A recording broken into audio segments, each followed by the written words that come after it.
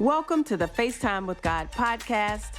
I'm your host, Farrar, and yes, you have tuned in to the right place because we're bringing Christ to the culture and the culture to Christ.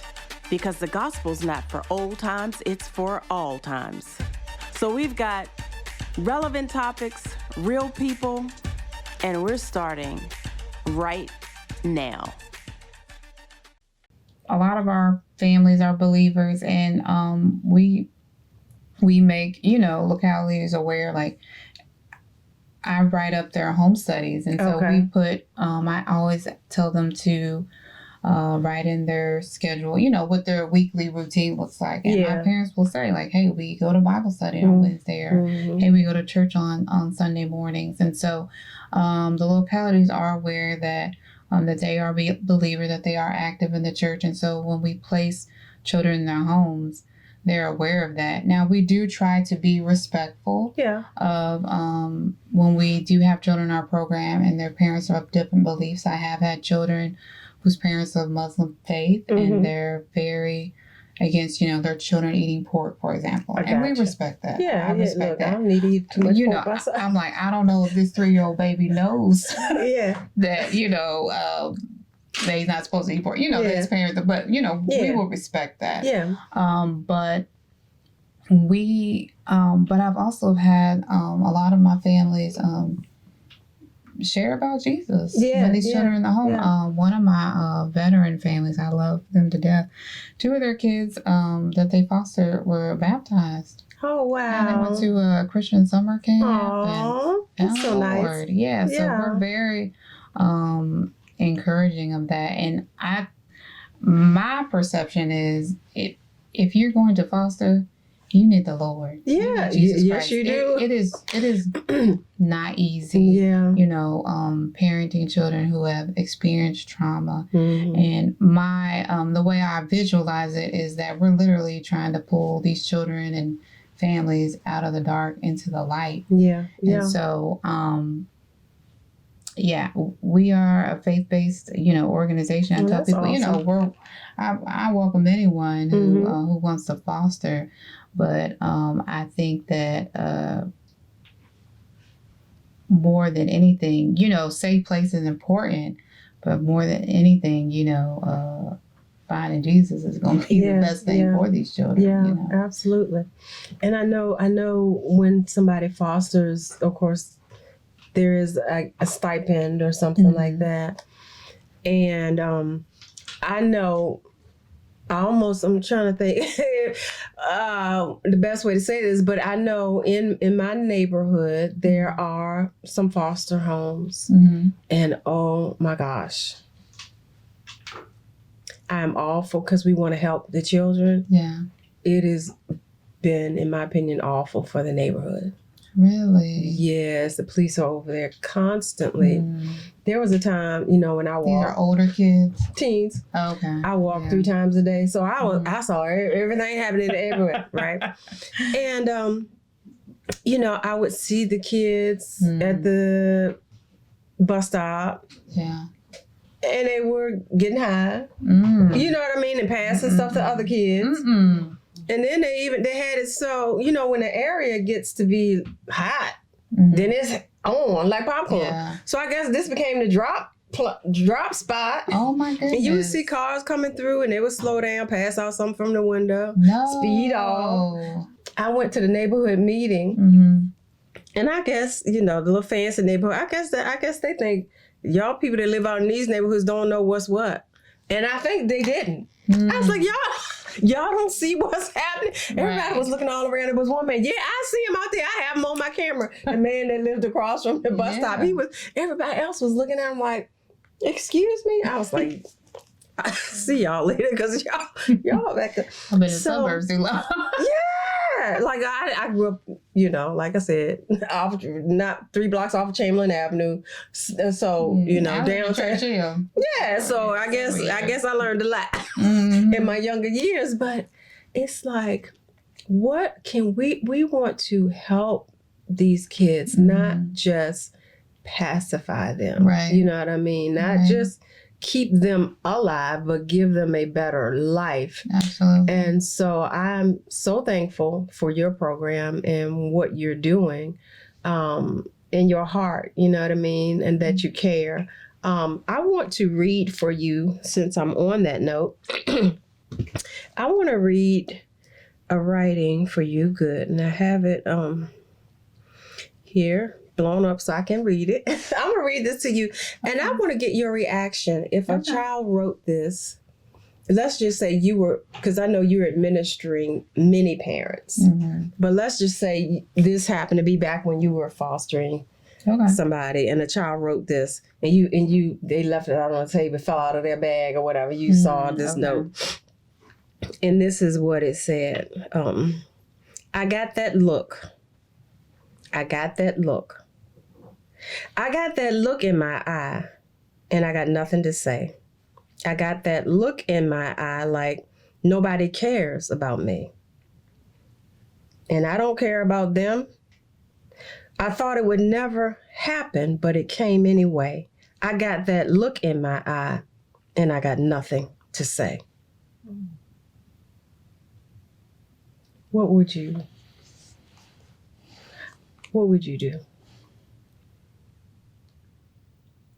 Or what would your thought be about that? That just takes me back to thinking about like how this baby got here. Mm-hmm. You know, what this child endured. How it sounds like they're almost giving up. Mm-hmm. You know, I say all the time, like, you can't trust your mama, who can you trust? Mm-hmm. And so, you know, for these children, trust is being broken at a very young age. And what they're understanding from their parents' behaviors is that they don't matter, that they're not loved, that they're not worth it. And they take those feelings with them when they come into these foster homes. And so they have a hard time believing, you know, why would Miss Jenkins care about me? Why would, you know, Mr. So-and-so really want what's best for me? They've only known me for, you know, X amount of months. It's really hard for them to wrap their minds around. And it really can only be done with time. Mm-hmm. And that's the important part of having parents that are committed and willing to work with these kids day in and day out. Because it takes time to gain their trust. You know, I've had kids, they're used to their parents not picking them up from school. Mm. So the day that you're late, man, it sets them back. Wow. You know, it's terrifying. Mm. And meanwhile, you're like, I'm just 15 minutes late. I got stuck in traffic. I can't help that. Yeah. You know, but it's like, no, mom wouldn't show up, you know, and that is just, you know, it's heartbreaking to try to, because we're literally trying to almost like reprogram them to start to trust others, to believe that people want to do right by them. Mm-hmm. Gotcha. So if there are some listeners, some viewers out here who are watching this program and they're kind of have been thinking about foster care, in your experience being, you know, a co-founder, being an administrator, having oversight, but also having been a foster parent, what would you say to them to encourage them to take that leap? Absolutely. I tell people all the time, you don't have to be a perfect parent. You just need to be an available parent, a parent that cares, a parent that's willing to investigate what's going on with this child today. Why is this baby struggling today? What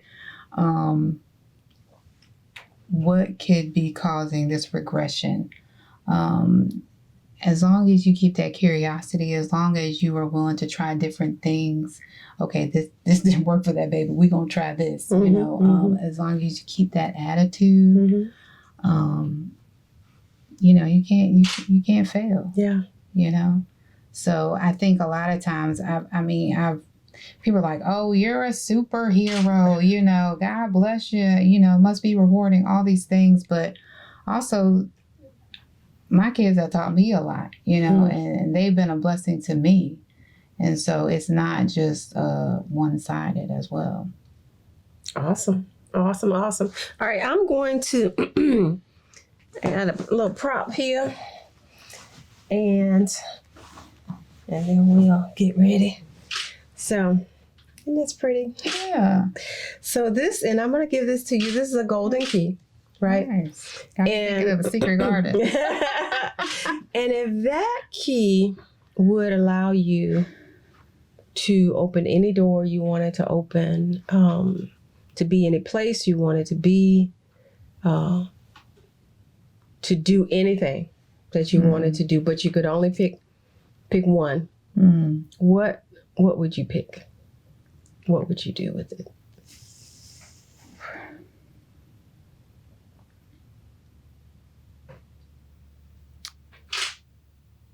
That's a good one. I almost would say one of the most challenging decisions in this field is a lot of us always don't see eye to eye on who should go home and who should stay. Wow. And, you know, we go to court and a judge makes that decision. Sometimes I wish I could get to make the decision. Gotcha. Because just being able to meet the birth parents, the foster parents, knowing the child, knowing the challenges of the child, knowing the progress that child has made. It's hard to sit in court and feel and hear sometimes what you think is the wrong answer for that child. Gotcha. It's so interesting. Once again, that shows your heart. It shows how much you really care. Because you could have picked anything. It didn't even have to be in your field. And it's something.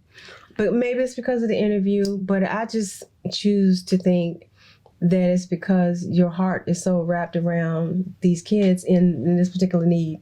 You could have said, child, me and my husband, we're going to Brazil because there's some beaches I need to visit again. But what you said is that you would intervene and you wanted to be the decision maker when you have the facts versus someone hearing the facts second or third hand. I just think that's so amazing, and it just speaks to your heart about the work that you're doing. So any final words that you would like to share? I just always like to let folks know that I think when they hear foster care, it automatically means, oh, I got to be a foster parent. Like, that's the only way that I can have impact. Okay. And it's really not true. I've worked with we partner with a lot of different organizations that do a lot of different things that are in this field.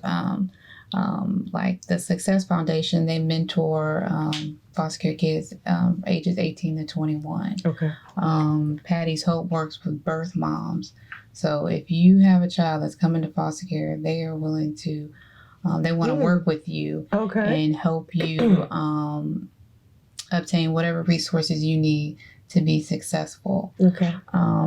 I had a lady call me today, and she used to be in foster care, and she's come up with this program that she wants to help decorate apartments for like foster children. Like if they get their first apartment, she wants to show up and help them decorate. I love that. So Isn't that nice? There's so many ways to be a part of foster care that don't translate into fostering, having a child in your home. Gotcha. Awesome. I've got some things I'm going to share with you about once we wrap up, but it has just been my pleasure to have you here and share about foster care. It is a huge need. You know, one of the stats that I was looking at earlier was just talking about the percentage breakdown in terms of African Americans that go through the system that is disproportionate to our overall percentage in the population. So, you know, with our program that we're starting and new ministry right now, primarily with the podcast, but we're branching off into some other things. Mm-hmm. But we want to help bring Christ to the culture, right? And the culture to Christ. And so anything we can do to help the community, even just with awareness. So you have helped us meet that goal tonight. And so I just want to thank you for being with us. And we'll definitely stay in contact with you. Absolutely. All righty. Colossians 3:23 and 24. And whatever you do, do it with all your heart, as unto the Lord, and not unto men, knowing that it's of the Lord that you shall receive the reward of the inheritance, because you serve the Lord Christ.